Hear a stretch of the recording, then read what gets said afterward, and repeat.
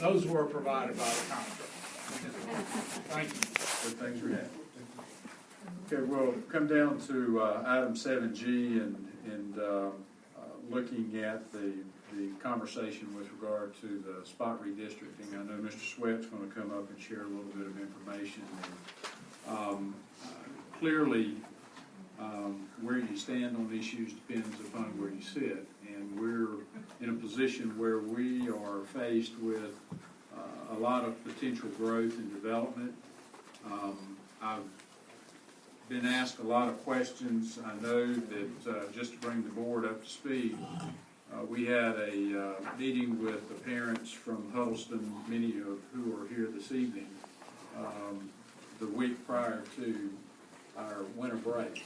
And Mr. Sweat and I, and in fact the entire zoning and planning team, we stayed. I think we were the last people to actually leave the building because we were trying to be able to share information. And the thing I would say to the board and to our audience, you folks are my customers. I want to try to make you happy if we can, but I know that in some sets of circumstances that may or may not be possible. It's not going to be because of a lack of trying. As we had the conversation and sharing information with our parents that night at our meeting, one of the things that we did is that we had notes that were taken, and we had a list of questions that were generated. Now, of course, we had winter break last week, and but even with that, we had some of our folks who were actually working during winter break, and we've started answering those questions, and the questions that are answered are in blue, and that actually was pushed out today when we first got back from winter break. We're trying to provide information and go through our due diligence, and we're not done yet, but Mr. Sweat's going to come and provide some additional feedback, and Sam, I'll turn it over to you. Thank you, Dr. Barra.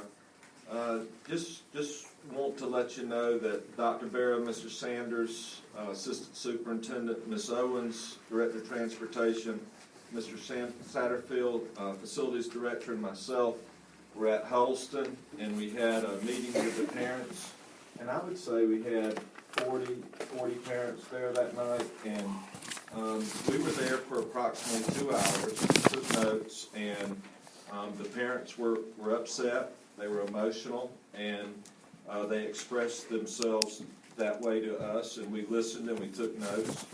Mr. Sanders, Ms. Owens, Mr. Satterfield, and myself met last Friday over winter break. We did answer the 13 questions, and that's what you have in your folder, front and back, and I wanted to share that with you all. The second piece of information you have are the student counts from the affected neighborhoods that were in those questions and the distances from those schools. And I wanted to share that information with you. And then the last piece that's attached to that are the student counts by school and our local capacity, not the state capacity because that's much higher. What would be our local capacity, because most of our class sizes are around the 25 number, not up to the state capacity of 33. So I wanted to share that information with you. I can go through the questions and the answers, or you can ask me questions, whichever y'all prefer as the board. I know the board hasn't had a chance to really review most of these unless you've looked at your information today. Yeah. I just had a couple of questions. Yes, sir. No easy answers, as I well know, but Right. when we talk about the neighborhoods of Ebenezer, is that Platinum, is that Platinum, Boatwater, etc.? What are we referring to when we talk about the Ebenezer? Mr. Satterfield, was Ebenezer part of Spear Road? that Spear Road? Okay. Spear Road, Platinum Ridge, that would be the bottom area, the last one listed there, Mr. Anderson. And that area is 3 miles to Holston, 2.9 miles to Oak Grove, 5.1 miles to Cleveland, 2.5 miles to J.C. Booth, and 4.9 to Bennett's Mill. And you can see 5.9 to Rising Star, 1.4 to McIntosh, and 8 miles to Fayette, 5.9 to Stars Mill. Now, one of the key tenets that the redistricting committee looked at was trying to keep the feeder patterns intact.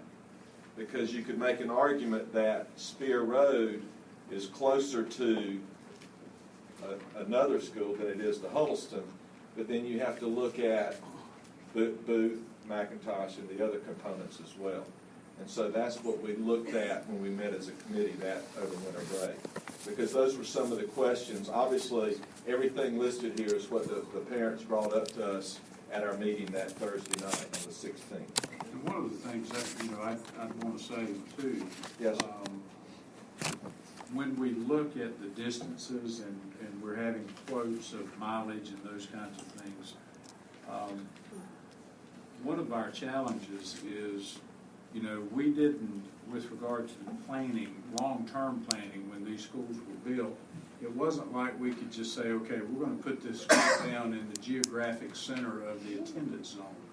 Some are further south and further away. Some are further north or east or west. And folks, that's just a harsh reality that we're dealing with. We're trying to be sensitive to that, but it's also based on the issue of population, how many kids come to us there. But we recognize that there are some differences in distance because of the geographical station or location of the individual schools. Correct. Mr. Satterfield brought that up to the committee that Huddleston, Oak Grove, those properties were given to us by Peachtree City. The board didn't buy that property. So on Huddleston, where Huddleston's located, that's on the border on its geographical location. It goes all the way out to 54, and it goes up to Shiloh, the trailer park there. So it's a wide spread, but of course Shiloh Mobile Home Park is less than 1 mile from McIntosh High School. So it does have an effect on where the school is located.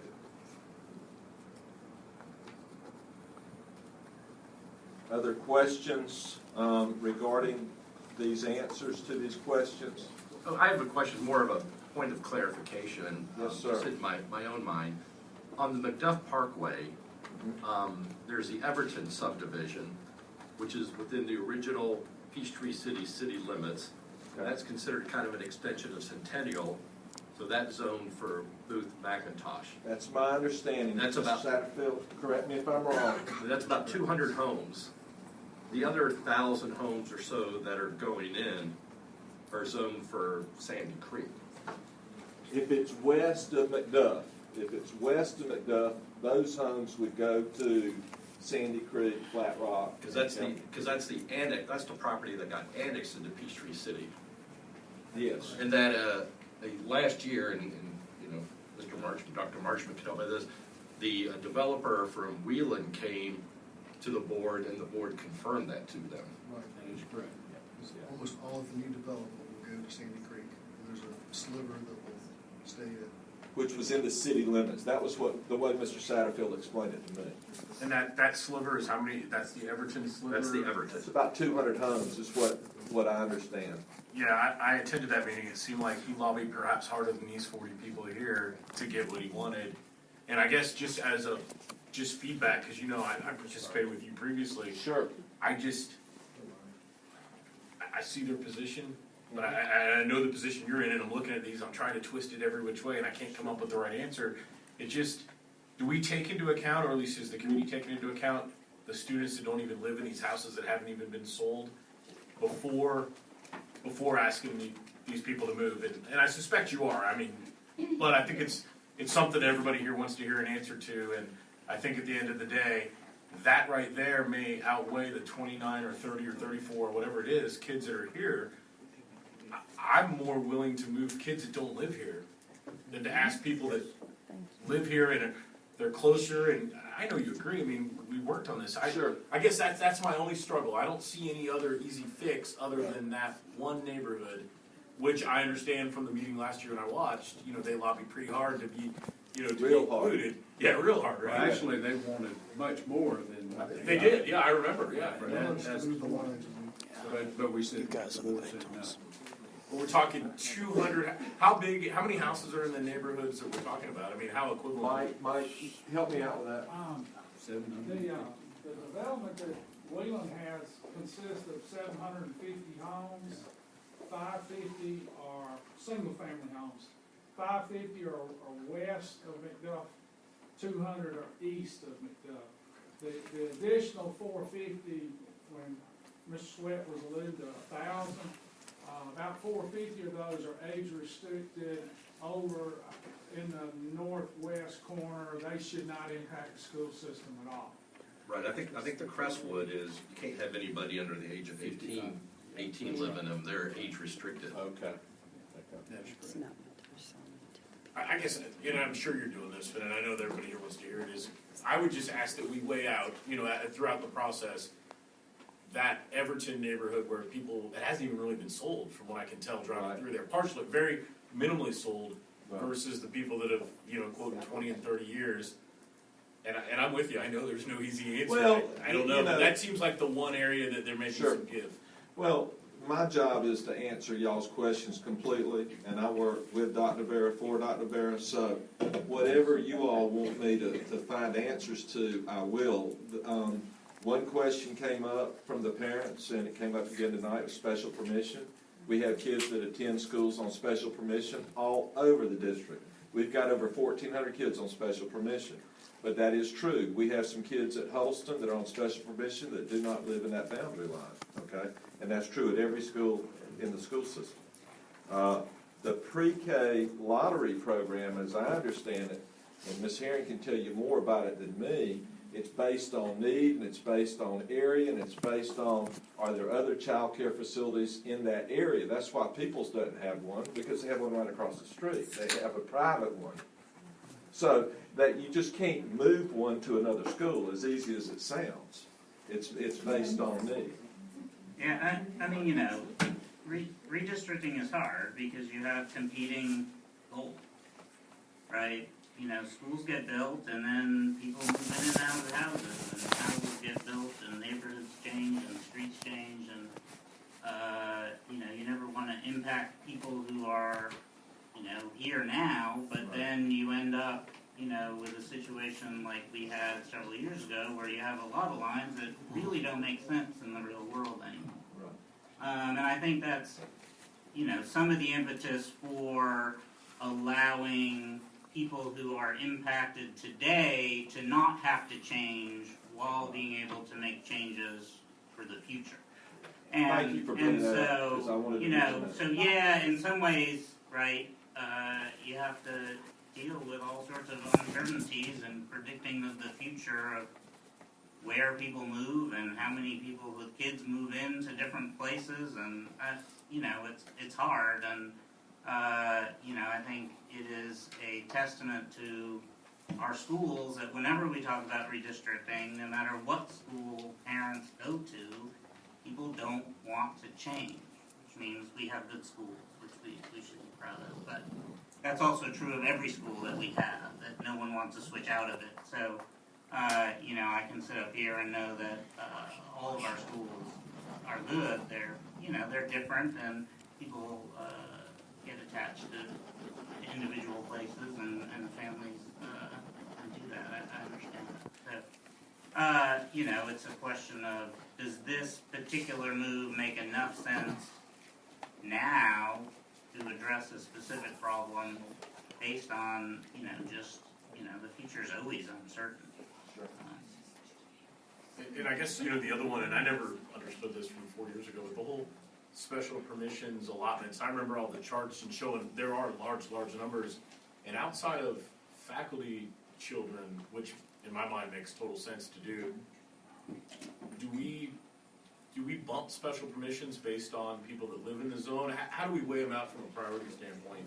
I never really had a good grasp of it. Let me explain a little bit about that, because I met with the principal at Huddleston today to talk about it, because Booth and McIntosh historically have been closed because of the numbers, and you can look on the audit report and you can see their numbers are very high. Huddleston is too, but Huddleston is too, but we decided 3 years ago that they could stay at that 100% capacity, and that was based, and you were part of that committee with me, Mr. Anderson. The board said we just want to allow that to happen. So, with that being said, when Mr. Green, now principal at Booth, and Dr. Lombard, who's now over special permission, when they send items out to the schools, they say, do you have room for any students in each grade level? And Ms. Fanningstill may come back at Huddleston and say, first grade's closed, third grade's closed, fifth grade's closed, but I've got numbers in kindergarten, I've got numbers in second grade, and I've got this many numbers in third grade. And so that's the way it works, okay? So they can have the class sizes up because we try to meet our parents' needs for school choice if we can send them to that school. So that's the rationale as far as how special permission was allowed to go to Huddleston, because that was a big issue with the parents behind me. But what is the policy? Once you're in, are you in? So, okay, so I seek special permission, and let's say there's room in first grade this year. Okay? So I get my kid special permission in the first grade. Correct. So is it a year-to-year basis? No, it's not. Once you get, it's by, Once you're in, you're in? you're there for the entire elementary school, and then you would go to, you have to reapply if you want to go to that middle school feeder pattern, which would be Booth. When it first started, Ms. Basham, it was year to year, but it became such a headache. They said, once we give you permission, we'll allow you to stay in there as long as you have good attendance, good behavior, and good grades. That's the key factor with special permission. Well, how many special permission other than teachers, students, are at Holston? I can tell you right here, we have 24 on voluntary special permission. Okay, so it's either saying to those special permission that we're going to have to do something for you next year, or these group of students, we're basically talking about the same number probably when. It's very close. Very South close. McIntosh Trail. So,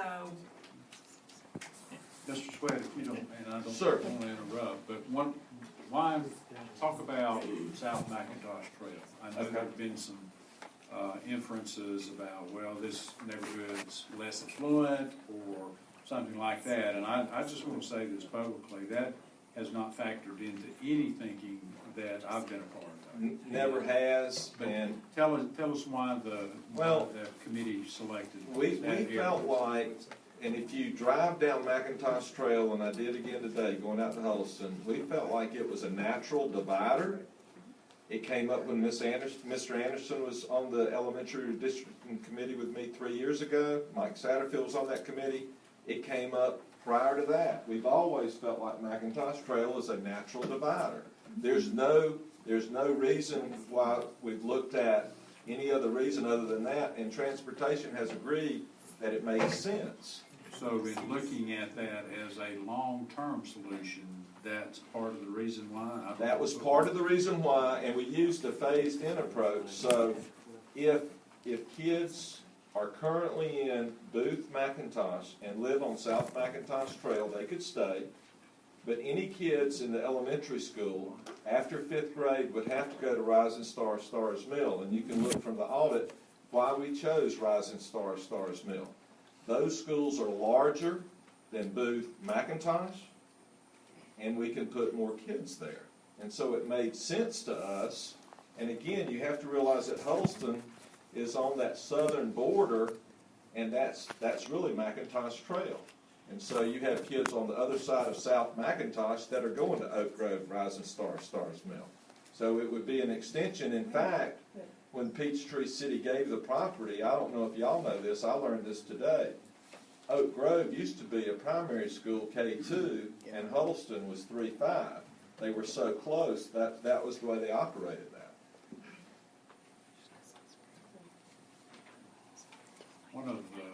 One of the questions that came up, and it's been brought up here this evening too, and just so that the board can understand what the zoning committee's thinking has been. Yes, sir.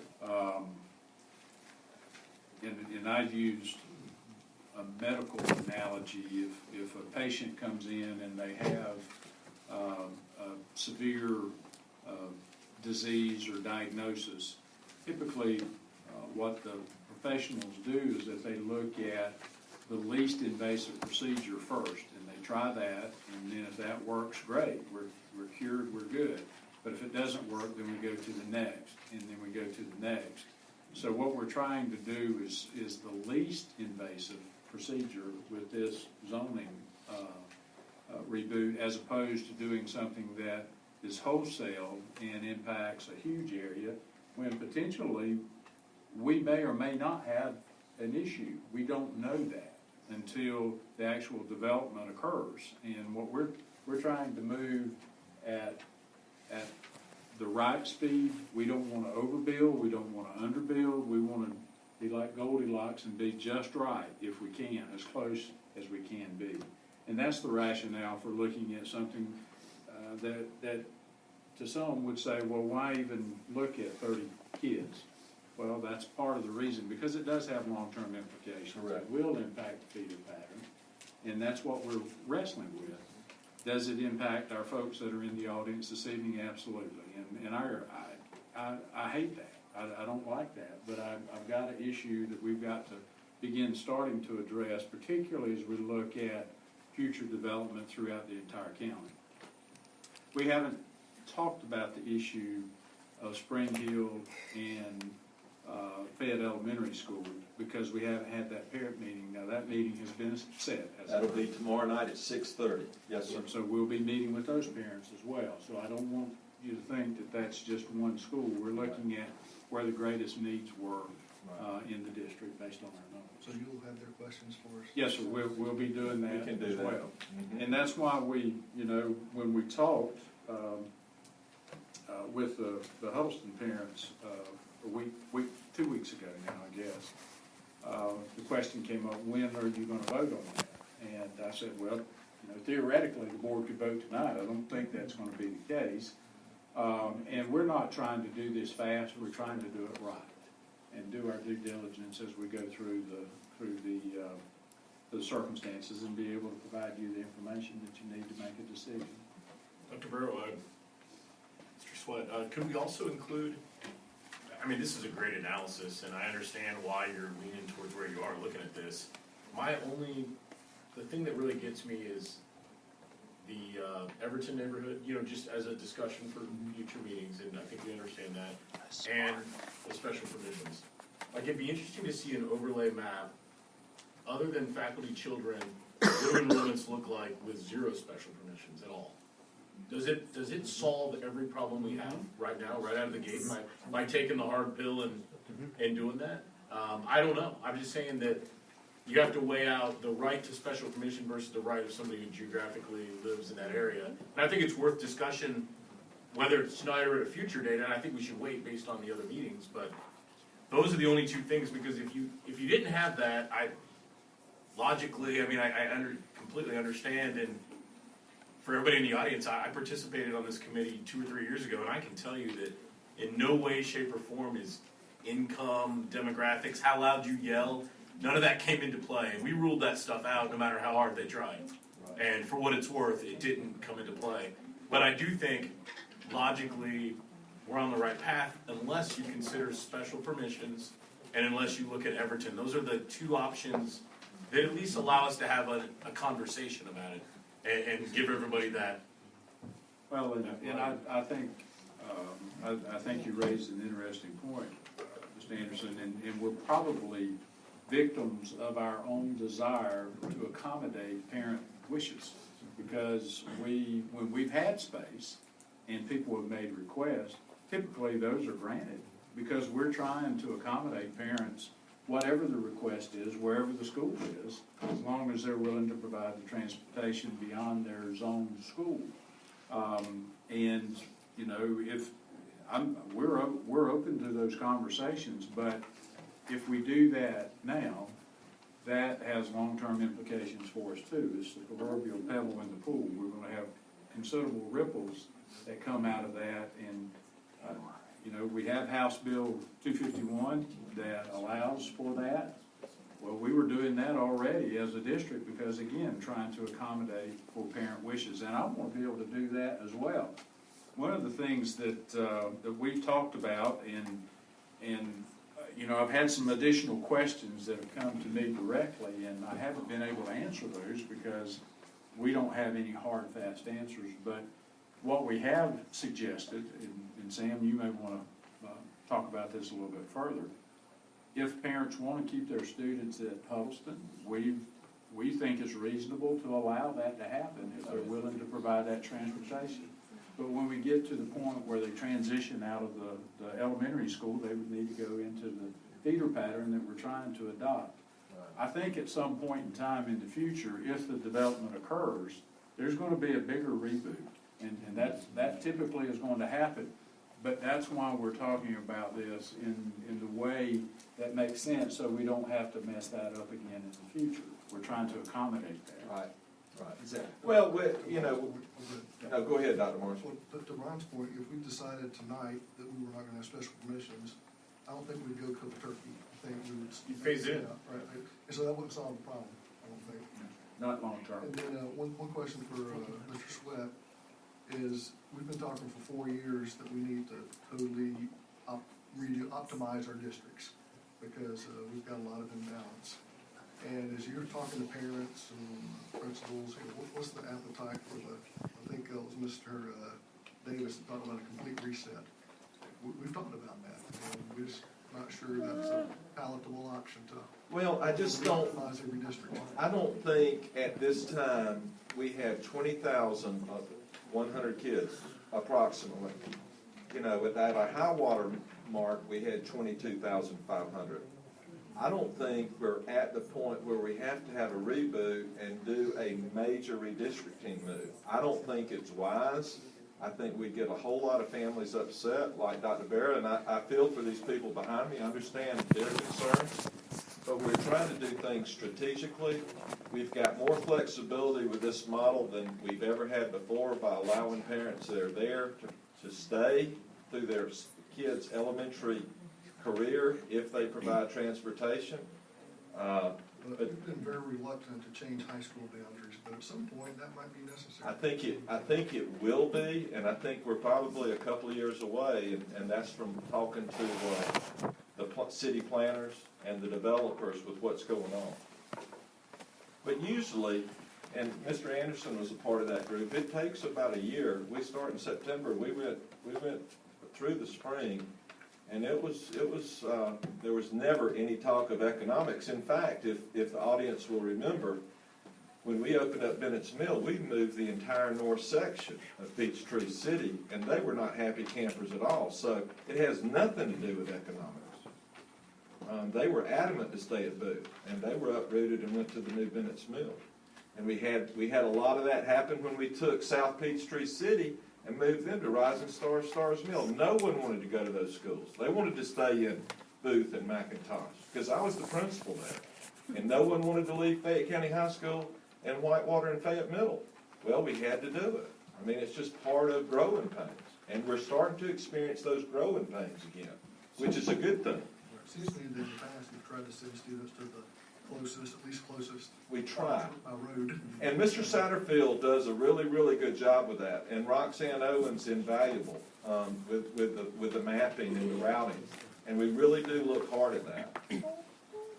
Talk about it a little bit with the students, because there have been some questions, and I think there's been some misunderstanding, Mr. Sweat, about kids who are currently at Booth and or currently at McIntosh. Talk about that. If kids are at Booth and McIntosh and they live in south of McIntosh Trail, they would remain in those patterns. Again, this is a phase-in process. We would not upset the apple cart and force them to go to Rising Star, Stars Mill. This is where we phase it in, and we would transition those numbers. Anybody who moves in new to that area would obviously be zoned Oak Grove, Rising Star, Stars Mill. But if they made out a zone request and wanted to go to Rising Star, Stars Mill, we have room there. So absolutely. More than likely, that permission would be granted, at least according to what our standard operating procedure has been. That is correct. So we're, again, trying to accommodate our parent requests. I think the special permissions are excellent, and I know a lot of people, like, I live in the McIntosh district, and a lot of friends of mine's children go to Stars Mill on special permission because they want to do drama, for instance, and I know a few kids at McIntosh who do Latin who wanted to come over. And I guess the discussion that I would like us all to have at some point is the value of special permission before the value of the people that live there. Because I think we all agree, I know I agree, special permission is phenomenal, but where does it sit in the priority order is all I'm asking. So, Well, and that, you know, what we've done so far has been, if there's a seat available, we try to grant it.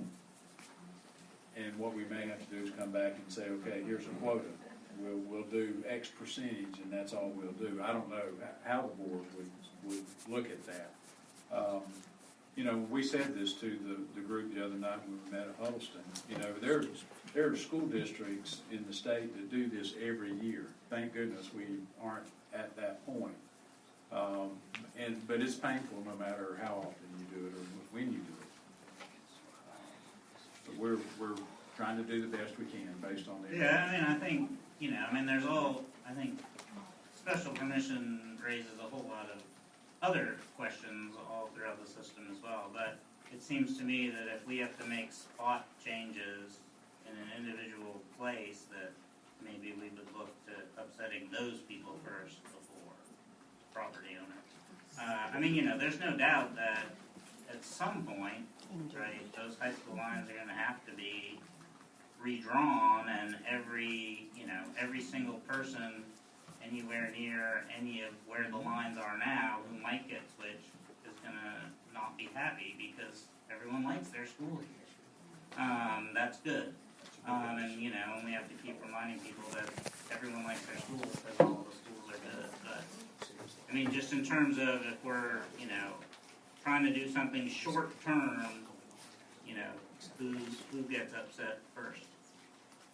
I think I probably agree with Mr. Sweat that, you know, we have a couple of big developments coming in, Pinewood Forest and Duff Parkway, and I think we're gonna have to kind of see how those pan out over the next 2 or 3 years, because some of those probably won't be fully built out and sold for 4 years.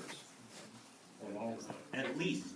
At least, and so, and of course, if the economy, you know, depends on economic conditions, because obviously we have another downturn, and that, you know, people don't move as much, and it seems to me that the time to do kind of a larger reboot would be when we had more information about how those developments are progressing. And that's, since I've been here, I will say this, Mr. Hollowell, we're meeting regularly with all of the city and county planners, at least quarterly, sometimes more regularly. We're tracking the number of housing permits and developments. I mean, we've got, you know, the issue down by Ingalls, that may be a major development. We haven't even talked about that, but that potentially is going to impact Inman and Whitewater Middle, Whitewater High School. So, I mean, we've got a lot of things on the radar, but until that actually happens and the actual build-out begins, there's no need to go and spend money on brick and mortar when we already have space available in some of our other facilities.